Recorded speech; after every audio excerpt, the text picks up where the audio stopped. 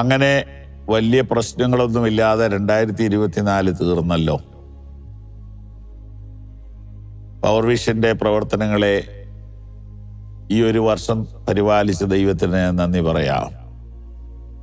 കിടപ്പ് രോഗികൾക്കും വാർദ്ധക്യത്തിലിരിക്കുന്നവർക്കും സ്വാതന്ത്ര്യമില്ലാത്തവർക്കും അപകടത്തിൽപ്പെട്ടവർക്കും ഒക്കെ കിടക്കയിലിരുന്നു കൊണ്ട് ദൈവത്തിൻ്റെ തിരുവചനം കേൾക്കാൻ, കർത്താവിനോട് അടുക്കുവാൻ ഈ വർഷവും ദൈവം സഹായിച്ചു.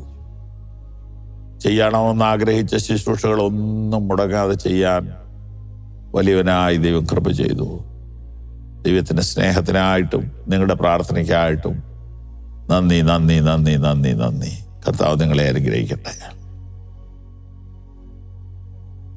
ഇന്നത്തെ സന്ദേശം ഇതാണ്: ആര് വെളിച്ചം കൊടുക്കും? കുട്ടികൾക്ക് വേണ്ടി ഒരു കഥയുണ്ട്. സൂര്യൻ പടിഞ്ഞാറേ ചക്രവാളത്തിലേക്ക് താന്ന് വരുന്നു. കളറ് പോയി, ചൂട് പോയി, ഒരു ചുവന്ന നിറമായി, ഭംഗിയുണ്ട്. ചൂട് കുറഞ്ഞു. പകലൊക്കെ അതിനെ നോക്കാൻ മേലായിരുന്നു, എന്നാൽ ഇപ്പൊ നോക്കാം. ഇതാ കന്യാകുമാരി കടപ്പുറത്തേക്ക് നോക്കിയാൽ അത് വെള്ളത്തിലേക്ക് ചാടാൻ നിൽക്കുകയാണ്. പ്രപഞ്ചത്തിലെ അത്ഭുതം. ആ സാധനം വെള്ളത്തിലേക്ക് ചാടുന്നു എന്നേ നമുക്ക് തോന്നുള്ളൂ. പെട്ടെന്ന് നമ്മുടെ നാട്ടിൽ ഇരുട്ട് വ്യാപിച്ചു. മണ്ണെണ്ണ വിളക്കുകളും ഗ്യാസ് ലൈറ്റുകളും ഇലക്ട്രിക് ബൾബുകളും പ്രകാശിച്ചു. ഉള്ള വെട്ടം കൊണ്ട് ജീവിക്കാൻ നാം തീരുമാനിച്ചു. മിക്കവാറും പേര് ഉറങ്ങാൻ തുടങ്ങി. പക്ഷെ ഈ സൂര്യൻ കുറെ സമയമായി പതുക്കെ പതുക്കെ നിന്നുകൊണ്ടൊരു ചോദ്യം ചോദിച്ചു: ഞാൻ പോകുന്നു, ആര് കൊടുക്കും വെളിച്ചം? ഇന്ത്യക്ക് ആര് വെളിച്ചം കൊടുക്കും? ഏഷ്യക്ക് ആര് വെളിച്ചം കൊടുക്കും? പല പ്രാവശ്യം ചോദിച്ചപ്പോൾ അപ്പുറത്ത് നിന്ന് ഒരു ചന്ദ്രൻ പൊങ്ങി വന്നു. അങ്ങയുടെ അത്രയും കഴിവില്ലെങ്കിലും അല്പം വെട്ടം ഞാൻ കൊടുക്കാം. അതെൻ്റേതല്ല, അങ്ങയുടേതാണ്. ഇതേപോലെ നമ്മളോട് ഒരു ചോദ്യം.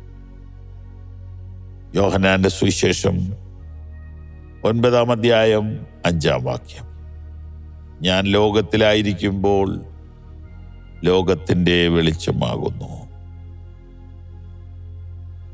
When I am in the world, I am the light of the world.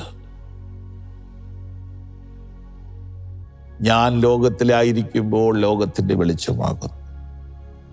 ശ്രദ്ധിക്കണം, കർത്താവ് ഇപ്പൊ ലോകത്തിലില്ല. ഞാൻ എന്നെ അയച്ചവന്റെ അടുക്കിലേക്ക് പോകുന്നു.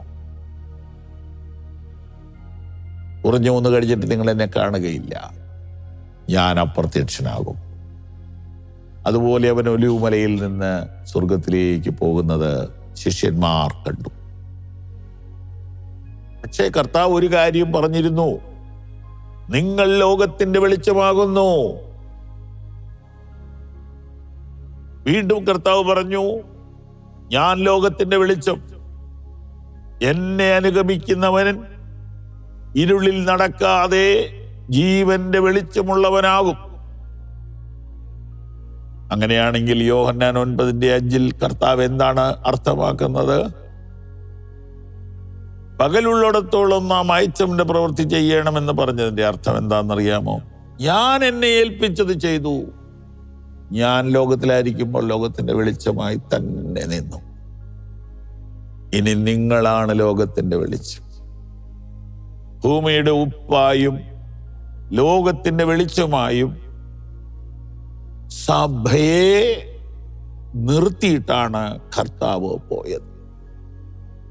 നമ്മുടെ സ്വന്തം വെട്ടമല്ല, കർത്താവിനെ അനുഗമിക്കുന്നതിലൂടെ, കർത്താവിൻ്റെ വചനം ധ്യാനിക്കുന്നതിലൂടെ, കർത്താവിൻ്റെ വചനം അനുസരിക്കുന്നതിലൂടെ, കർത്താവിൻ്റെ പരിശുദ്ധാത്മാവിനെ പ്രാപിക്കുന്നതിലൂടെ, കർത്താവിനെ മാതൃകയാക്കി ജീവിക്കുന്നതിലൂടെ നാം വെളിച്ചങ്ങളായി മാറും.